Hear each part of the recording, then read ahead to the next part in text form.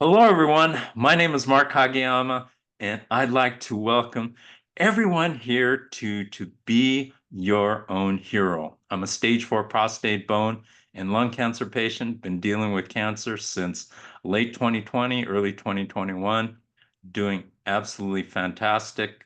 In fact, tomorrow I am going to have my first CT scan here in Texas, and I'll let you know how that goes, and I'm sure it's going to go well.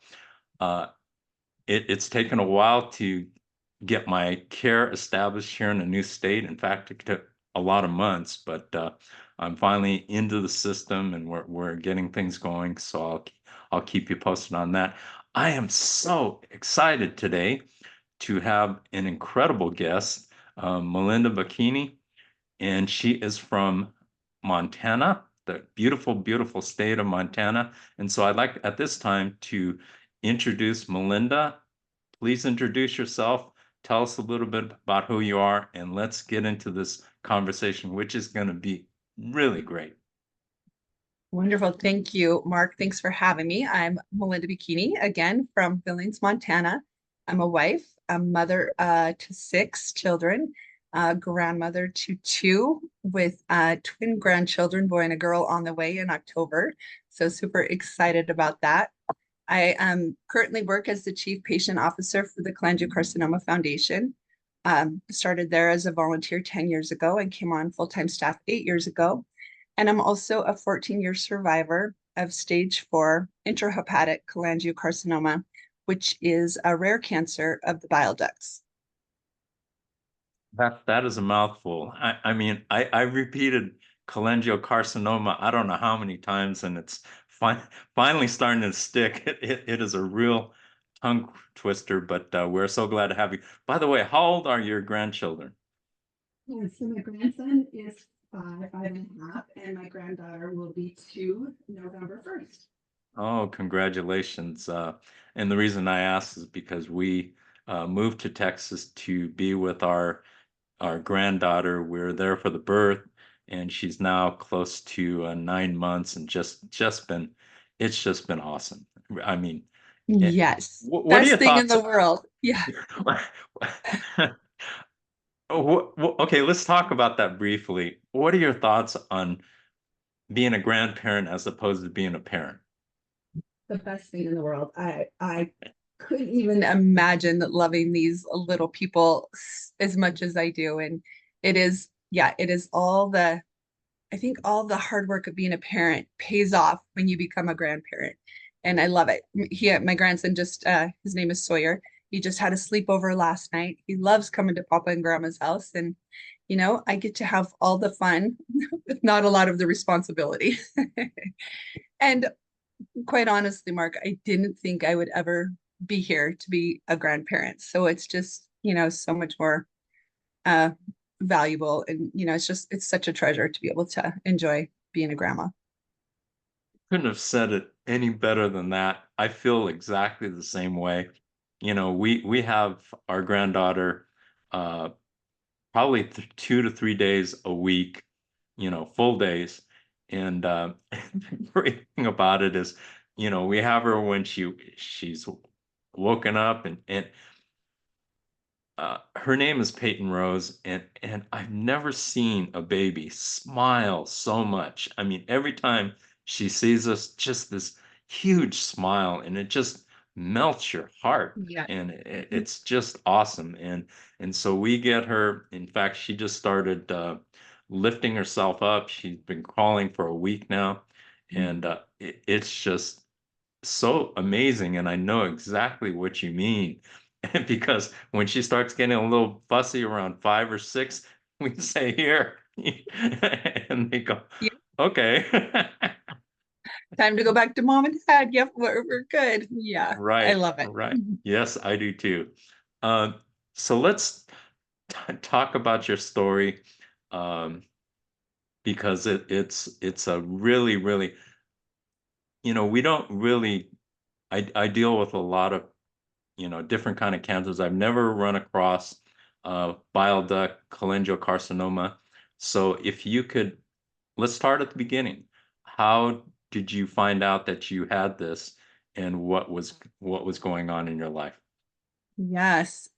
So I was 41 years old when I was diagnosed, and at the time I was working as a paramedic. I'd been a paramedic been in the EMS system for about 20 years previously, and was working as a paramedic. And um, the year leading up to my diagnosis, I had some symptoms, some right shoulder pain, but I carried a pack and a monitor, on my right shoulder. And I just thought maybe that's, why it was bothering me.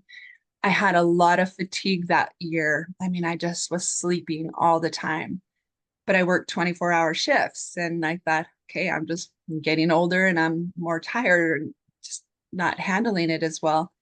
And then I started having some um, gastrointestinal issues, upper epigastric pain, kind of irritable bowel syndrome, some heartburn issues. But again, I was like, oh, we don't always eat the healthiest and we eat at odd hours of the day and night. And I just kind of wrote everything off to my job. And it wasn't until my husband and I were attending a critical care nursing course in Sturgis, South Dakota. And we were eating out breakfast and dinner every day for this course. And I kind of had, I guess, what the doctors and nurses there thought was a gallbladder attack, gallstones. And I'm like, oh, that makes perfect sense. My mom had them, my sister had them.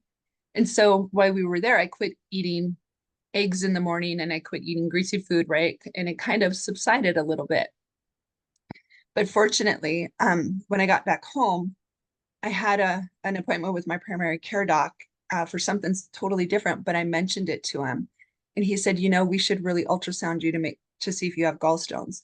And I'm so grateful to this day that he did that, because when I went in for the ultrasound, that's when they found a 13 by 9 centimeter tumor, a mass on my liver that I had no idea was there. And so what year was that that you started seeing that? So that was 2009. I was diagnosed December 1st, 2009. Um, Again, I went in for that ultrasound, and being in Billings, Montana, right? There's not a lot of experts in cholangiocarcinoma. I didn't know I had it at that time yet. Um, but I remember by the time I got home from my ultrasound, the phone was ringing and it was my primary care doc. And he's like, look, we found a mass on your liver. We want you back in immediately for a CT. So then it was a CT, and then it was an MRI. And then it was meeting with a gastroenterologist who said, it's probably a benign hemangioma. It's common with females who have had children, um, and they were assuming that it was benign. And as I did more testing, finally I did a tagged red blood cell test, which proved it wasn't a hemangioma. And then that's when they sent me in for a biopsy. And I remember the biopsy was done the Wednesday before Thanksgiving, which is a horrible weekend to do it because you have to wait that long weekend to get the results. And it was December 1st after Thanksgiving weekend. And I'll never forget that day. My husband had just left for work, the kids had just left for school, and I was about to jump in the shower. I remember where I was standing in my bedroom. I just remember that whole moment when my gastroenterologist called. And she said, I'm so sorry, this wasn't on my radar, but you have cancer. And I remember saying, I'm so sorry, it wasn't on my radar either. And then, just not hearing a word she said after that. Um, and then calling my husband home, and, we had a good cry. And then he had to call her back and get all the information, because I literally just went blank after, you have cancer. And he had to call her back and get all the information and write down the details. And then it was a bunch of detective work, scans from head to toe, and So mammogram. let me pause you right there. So Yeah. what's going through both of you and your husband's minds at that time? So we were really scared because, one, we knew a mass in your liver was never good. My husband had been a paramedic for 20 years too. We'd both just enrolled in nursing school because our goal was, when the kids were out of the house, we wanted to do traveling nursing. And so we had enough medical knowledge to really be scared, right? We knew it wasn't good. And I think like most people, you start Googling what the masses could be. And so we were scared. We knew that cancer in the liver, regardless of where it started, was not good. So there was a lot of fear, especially because we still had, we had 6 children, ages 7 to 20, so just a range of the needs and a lot of fear about that. And that was, of course, I think my biggest fear was, leaving my husband and leaving my children without a mother. So at what point did you start discussing with your kids what was going on with you? And did you uh, tell them as a group, or did you tell them individually, or how did that go?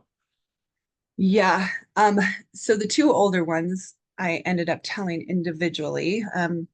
One was just about to join boot camp, join the Navy, and the other was a senior in high school. And so the two of them I had separate phone calls with, and yeah, not good. They were very scared. Um, the others, it was my son's 14th birthday on December 1st when we got that news. And so we didn't break the news that day. We didn't want to ruin his birthday. But I remember taking him to dinner and we went to a movie for his birthday and in the dark, holding my husband's hand and, crying in the dark, thinking about how we were going to tell them. But we brought the four younger ones together and told them. And we always wanted to just be open and honest with them and tell them the truth.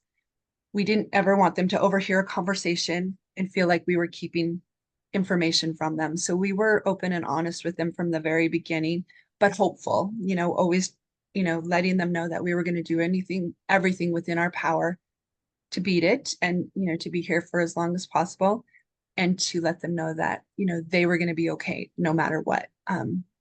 But it was hard. They were angry. They were scared. Um, Why were they angry, or what were they angry at? maybe God, at that moment, I think they were just angry at the situation of why. So we have a blended family. I have 4 children, married into two, and raised my two younger stepdaughters since they were little, so they're just like my own. Um, and so I think for for a few of my children, they were wondering, okay, well, what now? What would happen to me if mom died? I think that fear of, what's going to happen to me if you're not here. And I think that made them angry with the whole situation. Um, I had one daughter who was in complete, I don't know, denial. I don't know if denial is the right word, but she would be like, nope, mom, you're going to be okay. I just know it. I don't need to hear anything. I just know you're going to be okay. And then the three younger girls, they would just jump in and do so much to help. They just kept busy, whatever I can do to help. They would cook and they would clean and they would do anything to help. And I was so impressed with my children and the way they took on the challenges and handled it. We did get some help from the cancer support community in Bozeman, Montana, actually, was the closest one, but they have some good services for families and for young children. So we did some cancer camps, and that helped a lot for them to engage with other children whose parents were diagnosed.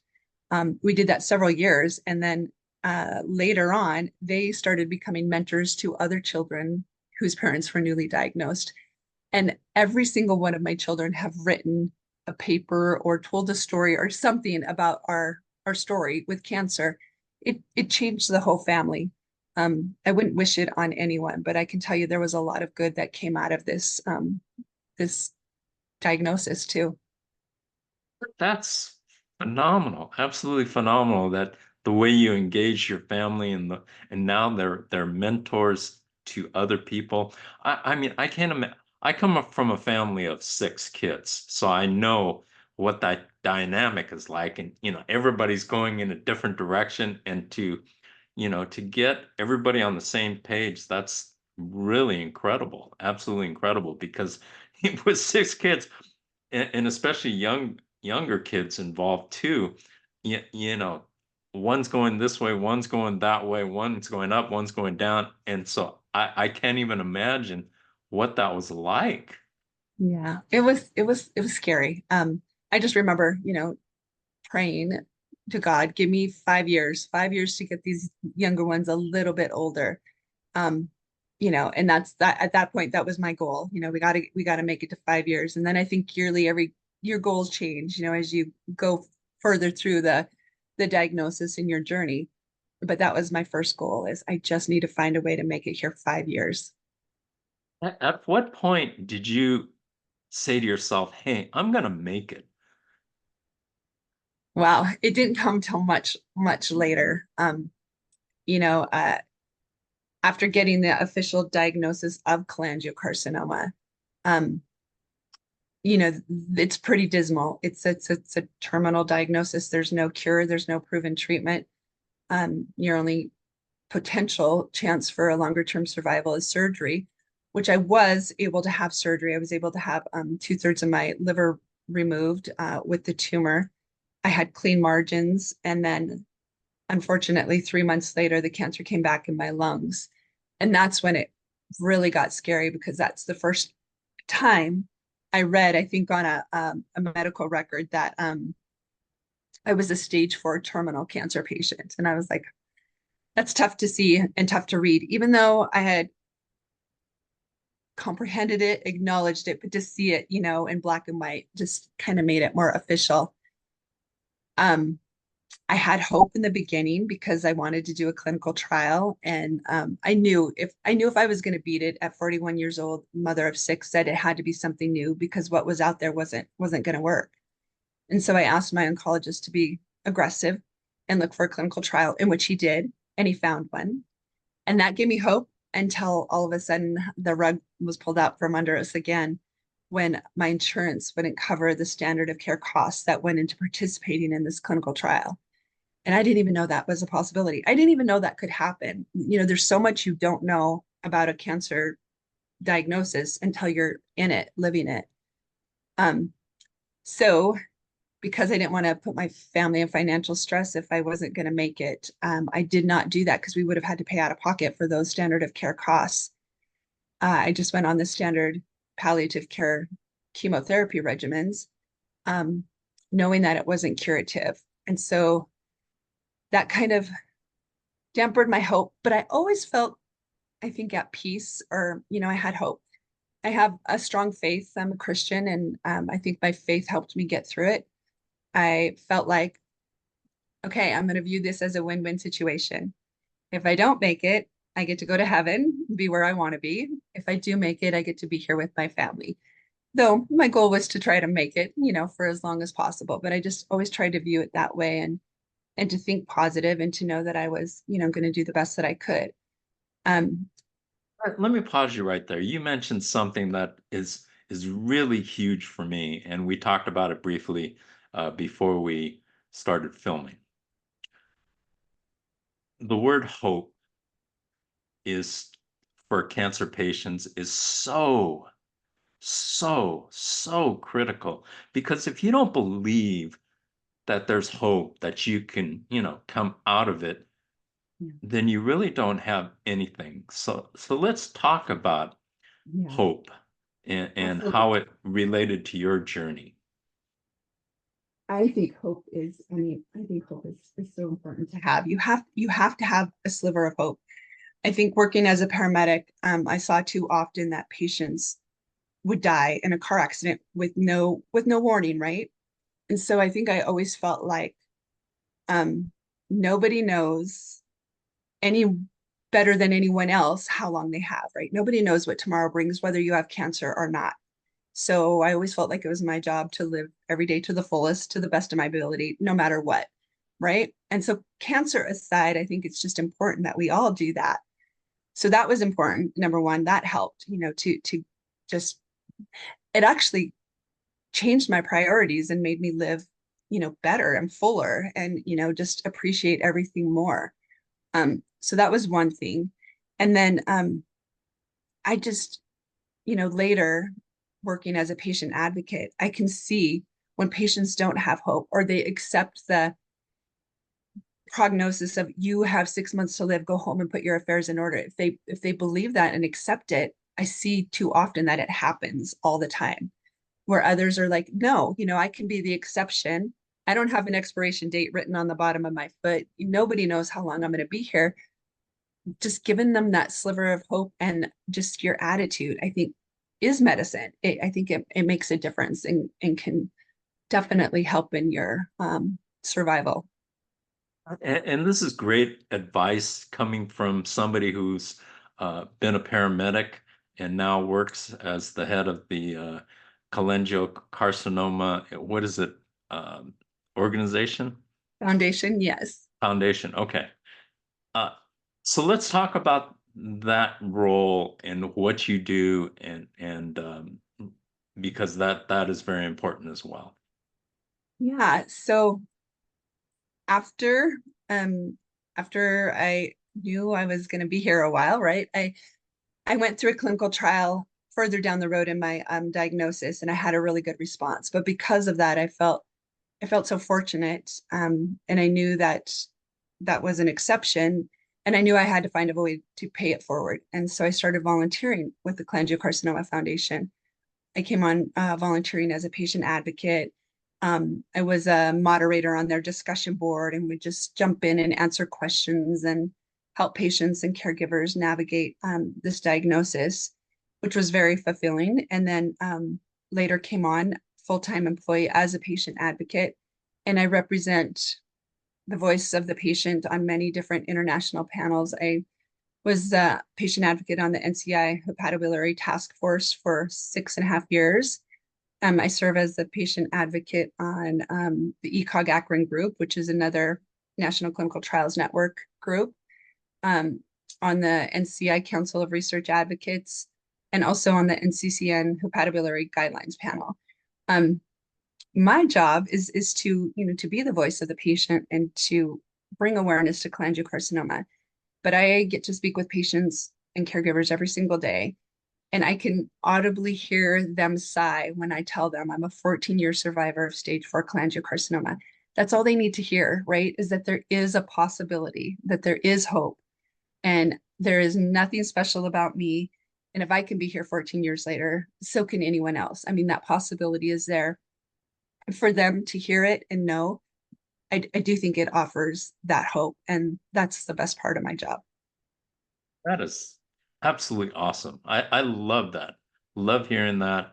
And you're doing such great work. Thank you for doing that because uh, we're all out here, people who've survived cancer, and many of us, want to give back. Some don't know how to give back. I mean, I just kind of myself back in 2021. I wanted to chronicle my journey by putting my journey on YouTube, and then it's kind of morphed into interviewing people with all over the world, and it's just been an incredible you don't expect this kind of stuff, No. and I know you didn't expect to be the head of your organization years ago, but that's part of our journeys, and that's part of our life experiences is we come across things and we have the opportunity to say, yeah, okay, I want to go down this road. So thank you so much for doing that. I mean, it's such an amazing thing, and you're doing amazing work, and we thank you for that. Oh, well, I'm the one who's grateful. I feel so fortunate to be in this position and to be here to be able to do it. Trust me, I think I get way more out of it than I give. I used to say that being a paramedic can be stressful, but this is way more stressful because you feel like you can't do enough fast enough for these patients, and you just want to do more, more faster. Wow, that is absolutely beautiful. I love that. I have one final question for you, and it's totally unrelated to, our conversation here. And my question for you is this: how would you, Melinda, help make this world a better place? We live in a very divisive world, and there's so much going on, and there's so many people that are so confused. We just had just a unbelievable incident where Donald Trump was survived a possible assassination. So there's just all this craziness going on in our world. How would you help make this world a better place? Yeah, there's a lot of division on beliefs and opinions of, political views, all of that. But I can say that, cancer doesn't discriminate. A lot of things, don't discriminate. And um, I lost my 24-year-old son unexpectedly in January of 2020.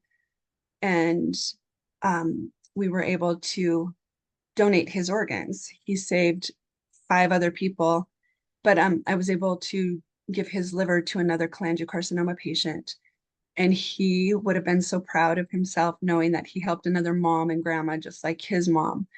And I think that, no matter what's going on in our world and in our lives, we can always find the good in something. And I just think that's what people need to focus on is there's always good. I just think we tend to not look at the good as much as we do the bad. And as hard as that was for me to go through losing my son, I mean, I'd fight cancer 100 times over if I could have him back. The true joy of it was he saved 5 other people, um and he did a lot of good. There was a lot of good, and I had to see that joy and I had to see that good in it. Otherwise, it would have been hard to get through as a mother. But there's always good, and I think it's just searching and looking for that good and focusing on that instead of the bad, and that's what's going to make the world a better place. I am so sorry about your son. I did not know that, but what a beautiful legacy for him to leave behind. And uh, I I've asked that from a number of people. I've asked that question. I can't see anyone topping that. That is beautiful. Thank you so much. And Melinda, thank you so much for your time. Thank you for sh openly sharing, you know, uh, your journey and your family's journey. And, you know, I wish you nothing but success with your organization and continued success. Um, and let me know if I could, be of any service. And once again, thank you so much for this interview. Thank you so much for having me. I appreciate it. Absolutely, absolutely. And I want to thank everyone out there for joining us here at To Be Your Own Hero and make the most out of every single day. Time is our most precious commodity. You cannot replace it. Once it's gone, it's gone. Uh, don't waste your time. Our time here on Earth is so short that uh, time is just so, so precious. And, we all are going through, we're all human. We all go through good days and bad days. Don't let the bad days bog you down, because there's always going to be some good, uh, right around the corner. So make the most out of it. And I hope that each and every one of you has a great week and look forward to seeing you next week on To Be Your Own Hero. Please like, subscribe to the channel, make a comment, and have a great week. Thank you very much.